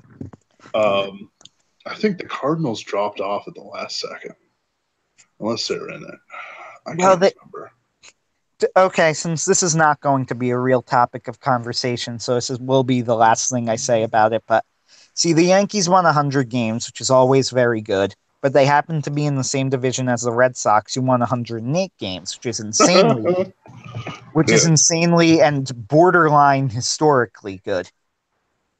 I mean, that's like five Mm-hmm. games off of the all-time record or something like that, 5 or 6 games off of the all-time record. So that's borderline historically good. And they went to the playoffs and lost in the first round to the Red Sox, which was Yeah. really too bad. Was kind of depressing. But people It's were a talking. The yeah. manager did not have a great year in terms of putting in managing his bullpen and whatever. But when you win 100 games in your very first year as manager and make the playoffs and win the wild card game, which they had to get in, you're not getting fired. It's not happening. I mean, Mhm. that's a dumb thing to say, but whatever. Now I'm done with that from now on. I promise. I love No. baseball. I love watching Yes. it, but I'm done for now. That's fine. So yeah, we need a lot more secondary content in our circles. I don't know. Besides Geek Gab, do you know any? But and blogs. Like, I don't care about blogs. People blog once a day. Okay, that's fine. That's I pretty like Brian good. Niemeyer's. I like Brian Niemeyer's blog. I like the Superversive blog. But when it comes down to it, um, there is not a lot of content, review content, analysis content being made for our stuff. Well, look, I have the weekly Casalia Superversive review that I can do, but I've been very, Blog. very lax. Yeah, I've been very lax on it for a variety of reasons. I've I I've mean, been I mean I've had videos several things. explicitly. I don't. I without going into what I've been doing, I have been lax on it for a variety of reasons. So every Hmm. now and then, though, I do still post things, and I have like 5 half-written articles on there. Oh my goodness. As a matter of fact, I believe I probably have a total between Superversive and Castalia of like 20 started, not finished articles. You stop that. You're almost bad as Corey in novels. My goodness. Nobody's as bad as Corey in novels. Corey, we love you dearly. Although And Corey, actually, let's give actually, he's some been doing credit to better. Corey. He does finish things, but Yeah, it's yeah, not like he never finishes anything. But yeah, he starts yeah. so many things. Corey. I actually took a break from cyber gothic to write a Victorian fiction, a couple chapters of it. I'm gonna write back to cyber gothic though. I have to move everything into Scrivener, and I love Scrivener and like the fact you can break up the chapters into individual pieces. That But is useful. yeah, but it's like I'm not looking forward to moving cyber gothic. Excuse me. Yeah, It's like what it's I wanted almost to do, midnight, go but ahead. people, it's almost midnight, but people are still driving down the highway like nobody cares. Well, all right, so I it's almost 1 a.m. by me too, so it shouldn't be that much long, so I shouldn't talk that much longer, but whatever. So a little Hmm. bit. When you're talking about getting new content, you mentioned you wanted to do your channel, and what I want to do, my favorite critic on YouTube, even though I wish he had more stuff, but the stuff that he has is fantastic, Alexander. Oh yeah, Uh, Alexander's great. his stuff, like he has a couple of Full Metal Alchemist videos that are fantastic. He has a couple Goran Lagann videos, and one of them I don't even really agree with, though. He made by far the best case I've ever heard for the ending of Goran Lagann. And I Hmm. think that he's probably correct as to what their intention was with the Hmm. way they ended it. And I'm not even sure if John C. Wright caught that. However, I do think that the philosophy is too self contradictory to really work. I Mm. think they were trying to add a maturity there at the end of the story. Like, they could save the world, but he has to accept that he's still not going to be able to save Nia, except that they do this right after they decide that their next goal is to reverse entropy. So I'm not Hmm. sure why that one is more realistic. I mean, Yeah. I don't know, It but sounds like whatever. they didn't build up. Like from what everyone says, it sounds like it came out of left field, which is never good if you want to do something like that. And Kind of. Uh, Look, anyway, move but that's what people say. Alexander. Yeah, Alexander has some of the best analysis videos on YouTube, and I do think he does something different than a lot of those other YouTubers because he does specifically analysis Hmm. videos. Like he will take a show and he will take an aspect of it and he will argue for or against or explain it. Like one of them was the importance of Hisoka in Hunter x Hunter, and then he Hmm. explains how Hisoka functions narratively in the story. Or one of probably my favorite video of all that actually, when something is really impressive, it will convince me of a position I had disagreed on. And he came very close with his Goran Lagann video, but I still can't bring myself to fully agree. But he had a video on the character of Kimberly from Full Metal Alchemist, Ah, yes. and the video was so good it actually changed my mind about the character. Yep. Like the end, the climax to his story always to me felt like it was kind of, it didn't make a whole lot of sense. And then he made the Really? video and I watched it, and after he explained it, I'm like, he clicks a lot better now. You see, he always clicked for me, and I've never really thought about it I until love the somebody character. It was mentioned it. just that final scene that always seemed like, wait, but how is he there? And how does any of this make sense? And why Yep. nobody else? And then I saw Alexander's video, and he's like, well, the philosophy of Kimberly is that he's basically getting what he wanted by being a part of Pride, that this is more or less accomplishing his goal. Because really, all he was doing was trying to ally himself with the side that was ultimately going to win in the end. and he believed it was going to be the homunculi. And since his goal was to see what happened, then staying sentient and paying attention is something that is very much in his best interests. And also, being a sadist, he's the sort of person who would not at all be affected by the fact that people are screaming around him, and would not be affected by the fact that he is in great pain. There's nothing else that he really would want to do except observe what's going on. So he's not missing out on anything as far as his life goes, and all of that stuff. And It's pretty interesting stuff. And honestly, and I want to do. Go ahead.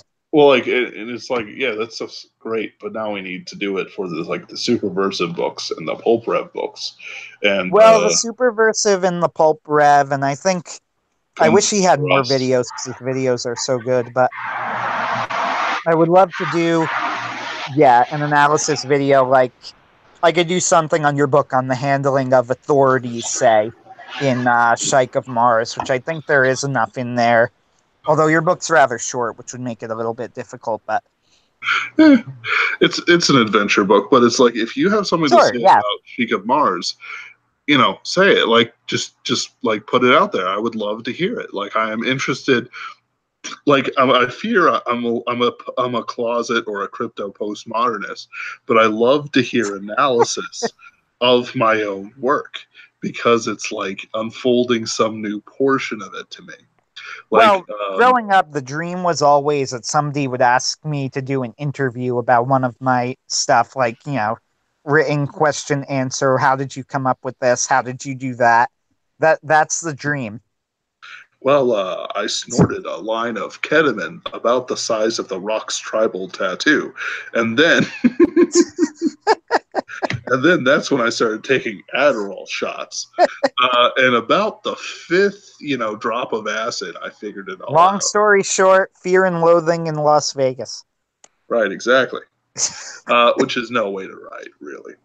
No, right, not, for remember, like, Stephen King, sure, he pumped it out, and he did it during his glory days, but his stuff does not measure up to what it used to be.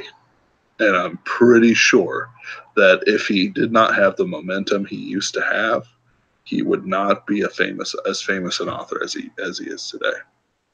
But he's overrated. What? Yep. And of course, anyone out there listening, all two people, which I'm pretty sure is me and David, and my brother. Oh my!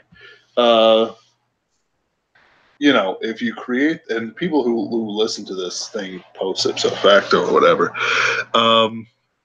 if you want to create content, secondary content, it doesn't replace the content that you need to be creating, like your books or your comics or whatever. But we need it. We need people examining things. We need people to say, this was done well, this was not done well. Even if it's hurtful for you to hear that, like, I won't say what I would say, but like,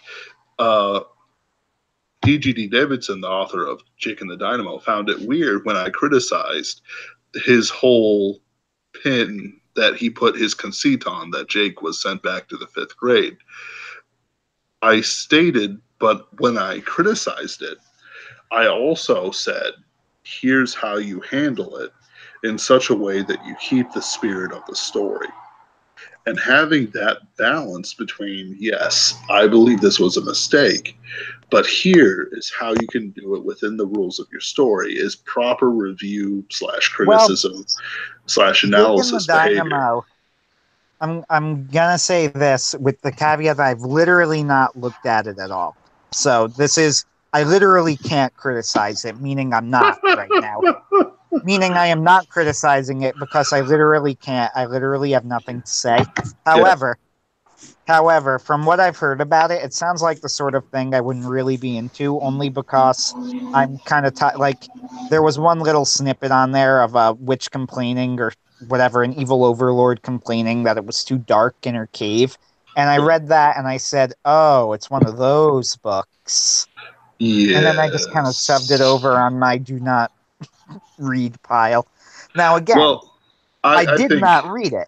So this is not me saying even don't read it. I have nothing to say about it, literally, good or bad. Well, you said I'm just something going about by it bad, but what I know of the premise. It's not right. something I would be interested in. And Yeah. while I didn't particularly laugh at those scenes, I found it trite as best. But it wasn't something that I think ever took away from it. There were times that I found very funny, very poignant, very dramatic, very actiony. That was all handled very well. I can see the threads of foreshadowing that he's throwing out there. Like, it's a good work. I do recommend it to you. I always prefer, I prefer if you're going to be over the top and crazy and ridiculous. I've come to appreciate the more I've watched anime, like the Goren Lagann route, you know, JoJo's of Bizarre Adventure? JoJo's Bizarre Adventure. Yeah, seriously. Yes. Take your Full story circle. seriously. Oh, Take, full circle. But keep going. yeah, take your story seriously. You know, when you're writing it, I would much rather you have an evil overlord with an over the top, ridiculously dark glare, acting ridiculously over the top, being evil for the sake of evil, than doing that, than stopping and calling yourself out. Because that Right. immediately draws my attention to the fact that, wait, you're right. None of this makes any sense. Why are we here? You know, Yep.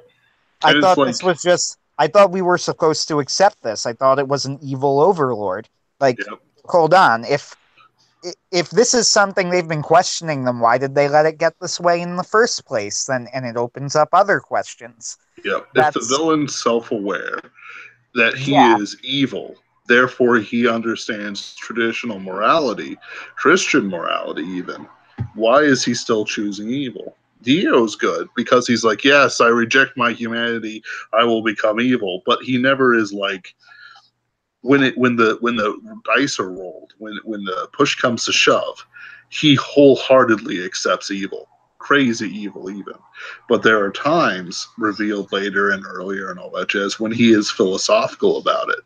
But at no point in time does he ever relent from destroying the JoJos or feasting on women and sucking them their blood dry or anything like that. You know? Dio's a great villain. Oh yes. He truly is. Even just from JoJo 1, he's a great villain. But when I call it the Goren Lagann thing, it's because Goren Lagann is a show that for the first third or so was really just a flat out comedy.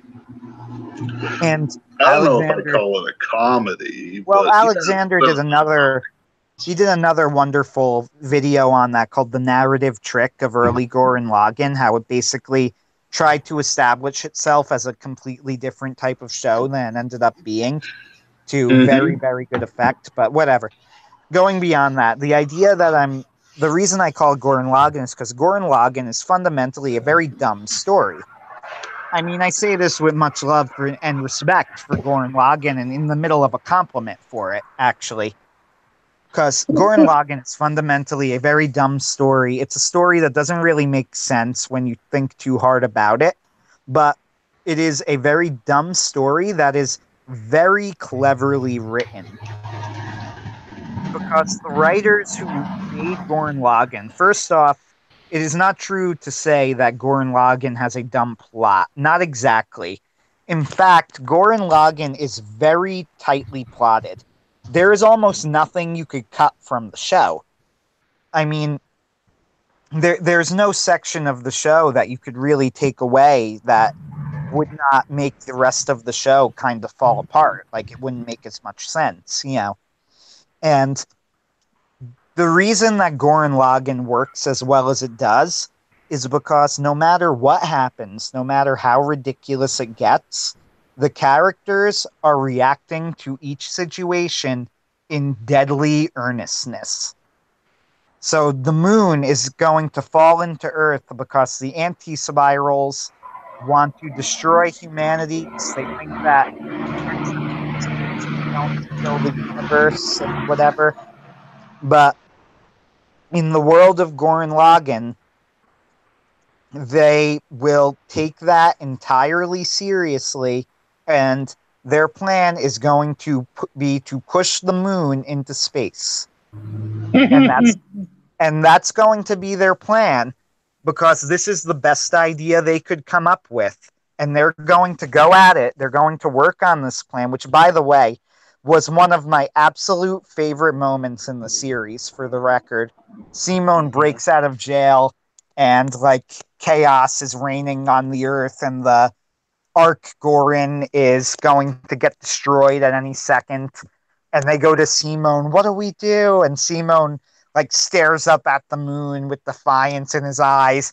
And he goes, we're going to push the moon back into space. And I laughed my ass off when that line was said. But I also said, oh my God, I love Goran Lagann. And Right. what makes Goran Lagann work is that is exactly what they did. And that is not only exactly what they did, everybody did it with a dead earnest seriousness, with an understanding that the consequences for failure were doom and death and destruction, and that they had to put in 100% effort or everybody would die and humanity would go extinct. Because that's the sort of thing I want to see. If the anti-spiral's plan is some cockamamie thing about how they're going to stop entropy by keeping things from moving, which makes no sense, because then you would literally need to cause the heat death of the universe to prevent the heat death of the universe, which is completely contradictory. However, if that is going to be your plan, you can never stop for a moment and then go, oh, by the way, that also makes no sense. No, you need to commit. This is your plan. This is what the anti-spirals are doing. This is Goran Lagann's plan. This is what Goran Lagann's doing. That's the sort of story that I want to see. So when I see a section in the book where the evil villain is going, this is looking too evil, I'm thinking to myself, like, just own it. Right. Like, you're an evil villain. Be an evil villain, right? Like there's a whole bunch of things I know people could bring up for me. It's like, okay, well you have this, you have that, this is your sexual morality, and it's like, yeah, it is. What's wrong with it? And then it's like they recoil in horror when they realize you're not just going to bend over and apologize to them while lubing yourself up. Yeah. Like and I'm not even like exaggerating. Like this is what they're trying to do. When as a writer or something like that, you have a chance between I'm going to make him self-aware versus I'm going to commit to something. If it's self-awareness, you better have the whole story be self-aware. Jake and the Dynamo is very self-aware. Therefore, it works. Yeah, it could work. Don't get me wrong. Like, I don't know that story. It could work in the story. It's just not the type of story that I was interested in reading. You see, I just wanted to do it because it felt like it was one of those things that was borderline, but by the end of it, I was fully committed to it. But like for the story I'm writing right now, which is Dr. Steam Cannon, the villain will be aware he's evil, but in the sense that he hates society. He's not going to philosophize about his evil. He's a crippled man by polio, And I've actually set him in contrast with another person who is crippled of no choice of her own, but she does not hate society. Her problems are more internalized. His problems are externalized. Therefore, when he makes his speech, laughs madly, and then dons his steam-powered galvanic power armor or whatever, he's not going to think, man, is this too much? He's going to think, no, I'm going to carve a lion on the chest of my steam-powered galvanic power armor. And fight Dr. Steam Cannon man to man, because now the playing field's physically on my court. There's all kinds of gradients you can do it, but commit to it. That's actually like my first Necronomicon Ascetica article: commit or perish.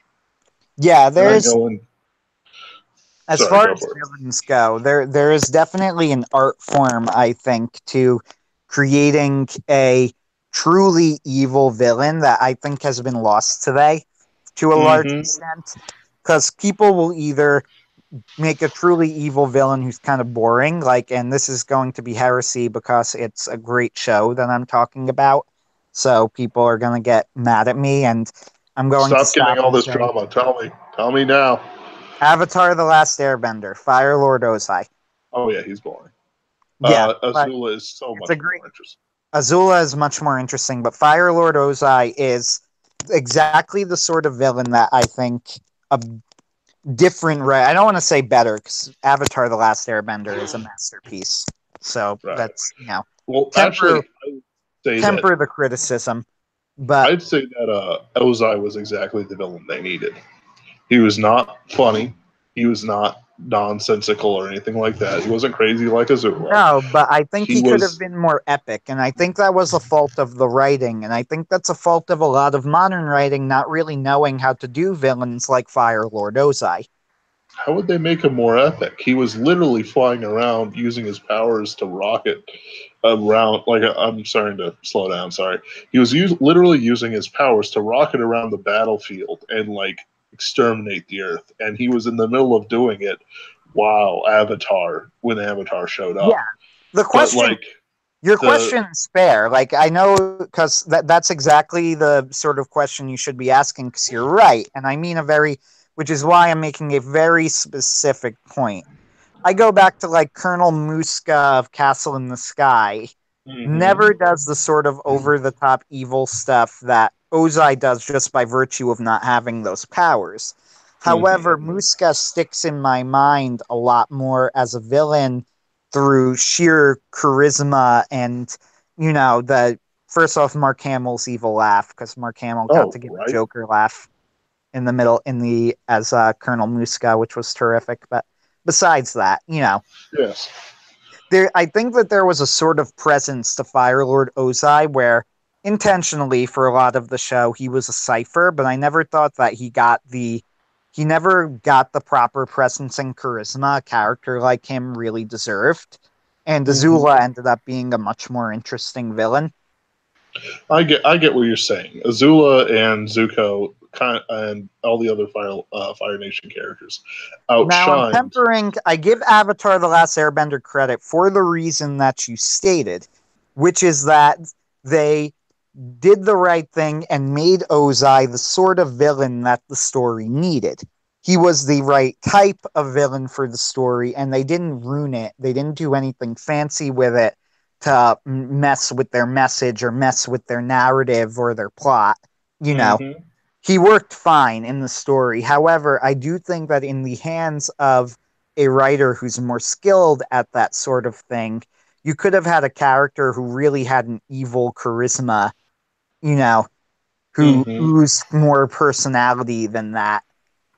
And I could see that But because this it's is like armchair. This is some armchair criticism of what was a very finely executed show and an excellent show.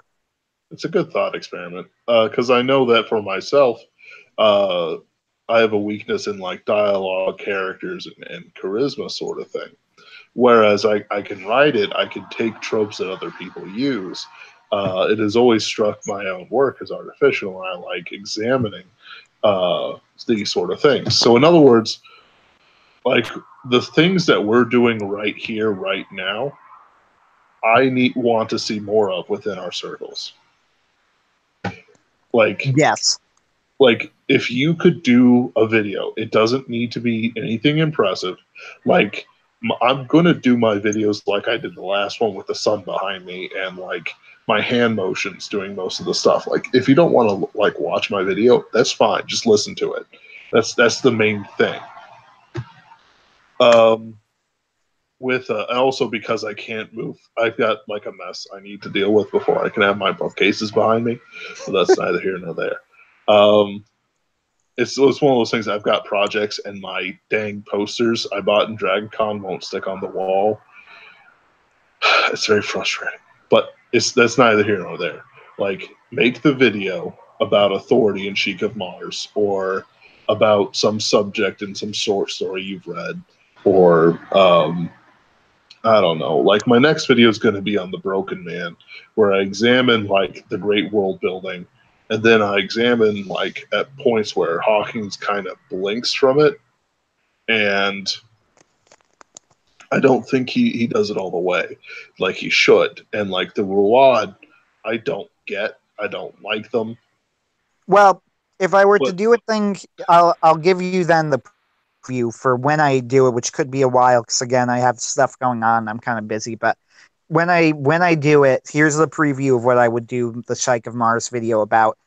Again, I'm not really as interested in doing a straight review or whatever so much as an that's fine. analysis. Like we And just need content. Yeah, That's the thing. what I would be thinking of doing it on would be on the handling of authority in Psych of Mars, which is a concept that I keep going back to even in conversations, but just generally in how you handle the authority of your of the protagonist versus the antagonist and how they should be acting and how they're treated by each other versus what their responsibilities are. And I think this is definitely something that is a running theme throughout the book and is handled in a very interesting way. And I think that you could also look at how the handling of authority differs between the Christian versus the Muslim society, which is also a major theme of Shaikh of Mars. Incidentally, I think you did a very good job with that because the tendency too is for a bunch of superversive Christians like us portraying a Muslim society. The tendency is to think that we're gonna do the obvious thing and make it like they're all evil, or we're gonna show everybody and we're gonna make sure that everybody knows they're evil. And I think you did a very nuanced portrait of this is the society, this is what it's like. Right. There's stuff here that might be desirable, but it's also awful in many ways. And that's very true to life. Like even Yeah, though the exactly. Islamic Golden Age was built on the fact that they raped and murdered and stole and burned their way through most of the Right. civilized world, Which is, and yet there is a way it where you could was say it was a golden age in a mhm, sense. for So them. that good stuff the good stuff existed, but Yeah. also with that other stuff. That, by the way, is another reason I mentioned I'm watching Maki right now in Mhm. the secret, which I love, and I can't believe it took me this long to find it because it's absolutely fantastic. And that's one of the things I really admire about Maki is that it does not sugarcoat how horrible the Arabic world is. Mhm. Like it really, and I'm actually kind of impressed by that. Even though it uses fake made up religions, it uses its own fake religious system, which whatever, who cares? It's a story. But the Mhm. Arabic world is portrayed as being really, really difficult to live in. It's Like, very cruel. Like if I yeah, had to that's the like word. That's a good word. It's a very cruel world, the world of Magi, yeah. which is probably a lot closer to accurate than not. Like if I were to say that there's like if every culture could be divided up into two words, like with the Arabic culture, I would say cruelty and pride. With like Hindu culture, Yeah, it's like order and hopelessness, or like with European culture, it's adventure and anger. Like and it's that's that's not a kind bad. of That's not a bad pair. As I'm thinking of right it, because it's it's an like interesting way there's of looking at it. yeah, because there's always some new thing to do. You and I were both sons of the West, and we dive into things about it, but we also recognize that we've been wrong. Now I'm a man whose anger is always kind of under the surface. Of course, I'm very much in control of myself. Like I don't like it only comes out in very short bursts, but it comes out. But it's like we're angry that that the postmodernists and all the other ones have destroyed what could have been an amazing childhood where instead of having to scrounge for decent literature or rereading the same things over and over again, we had to um, basically face the 90s where the only good science fiction was basically Star Wars. Um, and then Yeah, grow up and see everything sort of burn down. Like I never got into Harry Potter, but seeing Star Wars destroyed like this makes me angry. And they're not even like casual cold cash grabs. They're just dancing on the corpse and defecating on it and all that stuff. And it's like they're doing it on purpose, like they were trying for the cold cash grab. Yeah, Ryan But Johnson was clearly trying to destroy Star Wars, and I will say that with absolutely, I know people will say it's a conspiracy theory or whatever, but I'm willing to back up that statement, to deal with criticisms it's a conspiracy theory. I am 100% convinced, I think this is completely the case, that Ryan Johnson intended and succeeded at destroying Star Wars. And for that reason, I actually do not think The Last Jedi was a badly written film. I think it was an incredibly well written film, as the perfect bad film. It was bad in the precise right way to do what he wanted. And that's a statement I can certainly agree with, even though I absolutely hate that it could be right. I think ER pointed this out in he goes, think about it for a moment. Like, if you were going to destroy Star Wars, isn't this how you would do it? It's like, and he said, like, okay, it's probably just a conspiracy theory. And he goes, or maybe not. And I think he's probably more right than he realizes. I think it was intentional. Yeah, I think that statement was kind of like half sarcasm, like it's just a conspiracy theory, right? But I can't remember exactly how he said it. For the He's record, very dry. His Last Jedi review is, I believe, even after Plinkett's came out, still the best one on YouTube. His Last Jedi. You see, I view them as examining different parts of it. Like Plinkett's review is more of they try to do a comedy. I think they did a comedy, and then he goes over it. But that's it's a bit. We've been going at this for like 2 hours. My brother just turned off the light in a very passive aggressive shut up way. Oh yes. So let's. He's above me going, that's not what I was doing. No, not at all. I just like, there's a neon sign behind him. That's exactly what I was doing. But I know, Frankie, I'm kidding. But so anyway. I know that you're a busy guy and you got plates to spin and all that jazz.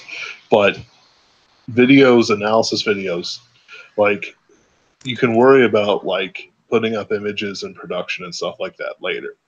You can always come back and take the audio and zhuzh it up with the images that you want. We just need to put out the content. Like, my videos are going to be real simple. If you only listen to them, like occasionally I will talk about the hand gestures I'm making. There's never going to be a time when you can't infer what I'm saying just from my words alone. Otherwise, you're just going to see my shadow with the light behind me, which everyone says is terrible, but I actually think is just perfect for what I want to portray.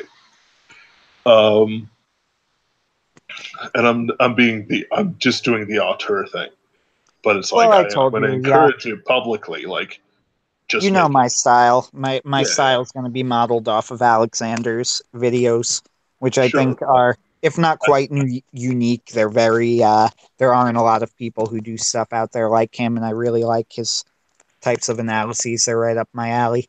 Oh, yeah. His analyses are great, but personally, I'm much more of a DigiPro fan, even though he does get things way wrong sometimes. But I do like overall what he does. And the style he does it. But it's... Anyway, any last words for us, Anthony? Nothing in particular at the moment. We all have several plates that we're spinning, and when I have announcements on projects that I think are close enough to getting out that I could actually, that's worth me mentioning it, I will do that. But at the moment, there's nothing. Yeah.